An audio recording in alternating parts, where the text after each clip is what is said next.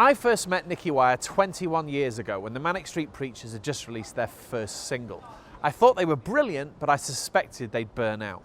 Instead, they've carved out a 2-decade career. They've released 10 albums, become one of the key groups of their generation, and survived the disappearance of their lyricist and motive force, Richey Edwards. The release of their new career anthology, National Treasures, gives us a perfect opportunity to talk about not just the Manics and their history, but the country and culture that spawned them. Almost uniquely among their contemporaries, the Manics have always been social and political commentators, something Nicky Wire thinks popular culture has almost totally lost. And against that backdrop, he now thinks it's time for his group to go away and have a deep think about their future. If the Manics are the last of the line, the last truly great British rock band, they're certainly making sure that the music goes out in a pretty spectacular fashion. But I wonder, is rock music really dead? Is rock and roll dead? Rock and roll. I guess we've just reached this saturation point with ideas, and everything does indeed, to me, feel like a rehash. No, definitely not. It's hiding.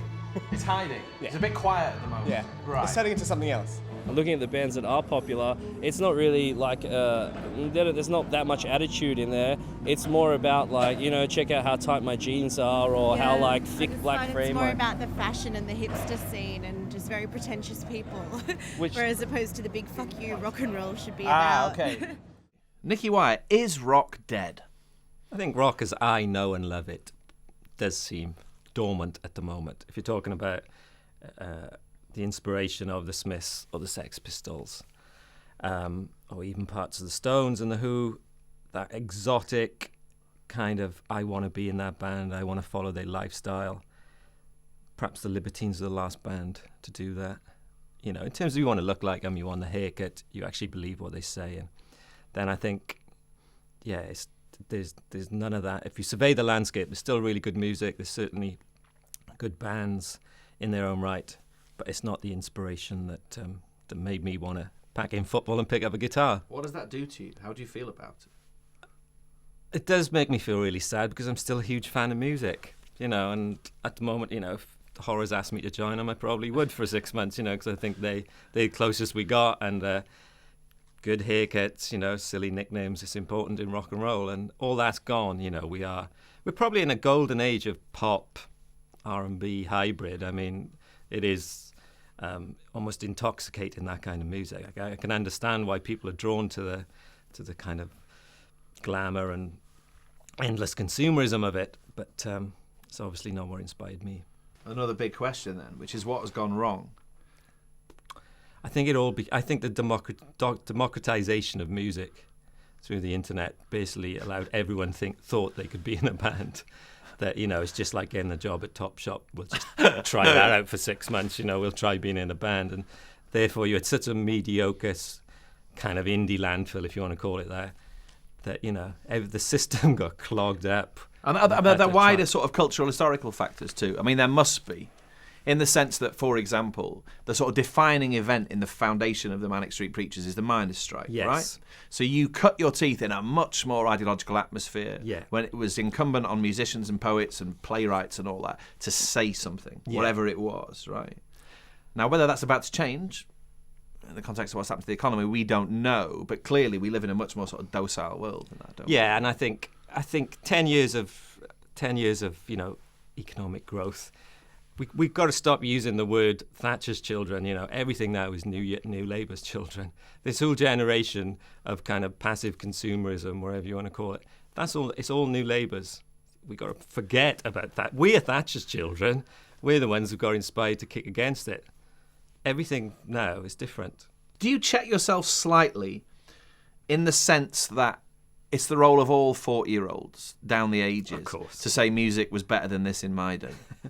Well, I think pop music is probably better now. I have to, you know, it's my genre that is failing badly. So rock and roll is going down the tube. Yeah, that's how I see it. And there are, you know, there's always shining lights out there, and there's always bands coming up. You think, like, I'm obsessed with that band Scum, just for the name as much as anything. You know, Yak, who sound like Sonic Youth. It's just whether there's, I guess, all the great bands were just massively ambitious to conquer the world, and that's just not there anymore. Don't Coldplay want to conquer the world? Haven't Coldplay conquered the world? Coldplay have conquered the world, yes, by turning themselves into Enya. I suppose in the public mind, when you get in a taxi or something, Richey's disappearance still defines who the Manics are. Yeah. How do you feel about that? Glory's not the right word, but I just think of him as such an amazing... First of all, as a friend, as someone you play football with and grow up with, go to uni, he's there writing some of my essays because I just couldn't be bothered. All those things are just kind of beautiful private moments, just like he's a son and he's, someone's brother, all those things. But as a band and as him, I just think of him as the most beautiful, slightly unhinged, but yet polite, erudite, brilliant lyricist, rock star of our decade. What did you learn from Richey, do you think?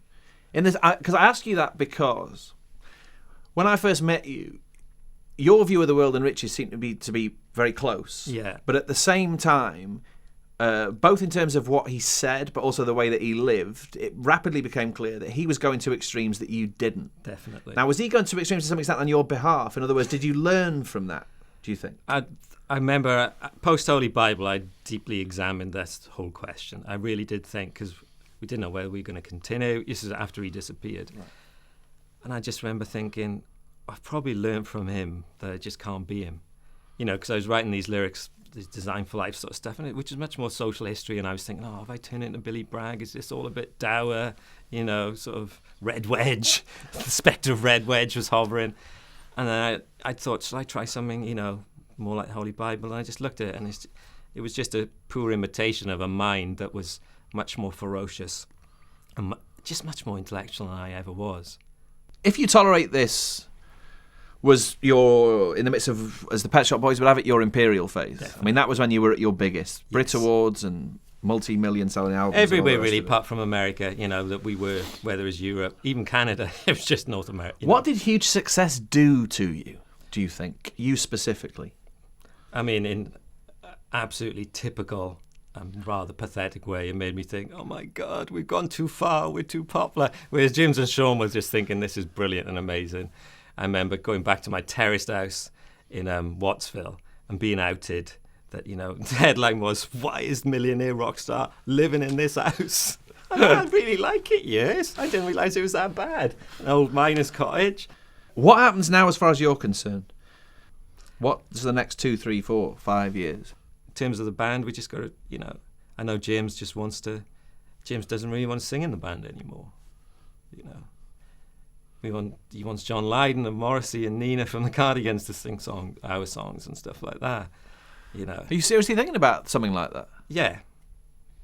James is, especially because I think he just wants to get pissed and not worry about losing his voice. But no, he is bored with his voice, so that's not me saying it, because I absolutely adore his voice and no one can rasp like he does on those tracks, especially Holy Bible stuff. It's like Jello Biafra on steroids, but that's the way it's going to have to be like that. It's going to have to. We've always enjoyed doing duets. The Ian McCulloch thing was a massive thrill. So all options are open. The Manic Street Preachers, when they return, we may not even recognise them. No. I think it's an Achtung Baby moment, And for you, can you conceive of your life post-Manics in any way? That is just really scary, considering we were a band who wanted to split up, after our first album. Basically, they're still the only real friends I got. And we're still deeply obsessed with each other, as well as all music, and politics, books, wherever. For that to disappear is really scary. But we can't go on like we are. We can't go on just touring all the time, prolifically making records. Unfortunate. But Manic Street Preachers will prevail. We'll survive. Nicky Wire, thank you very much. Thanks, John.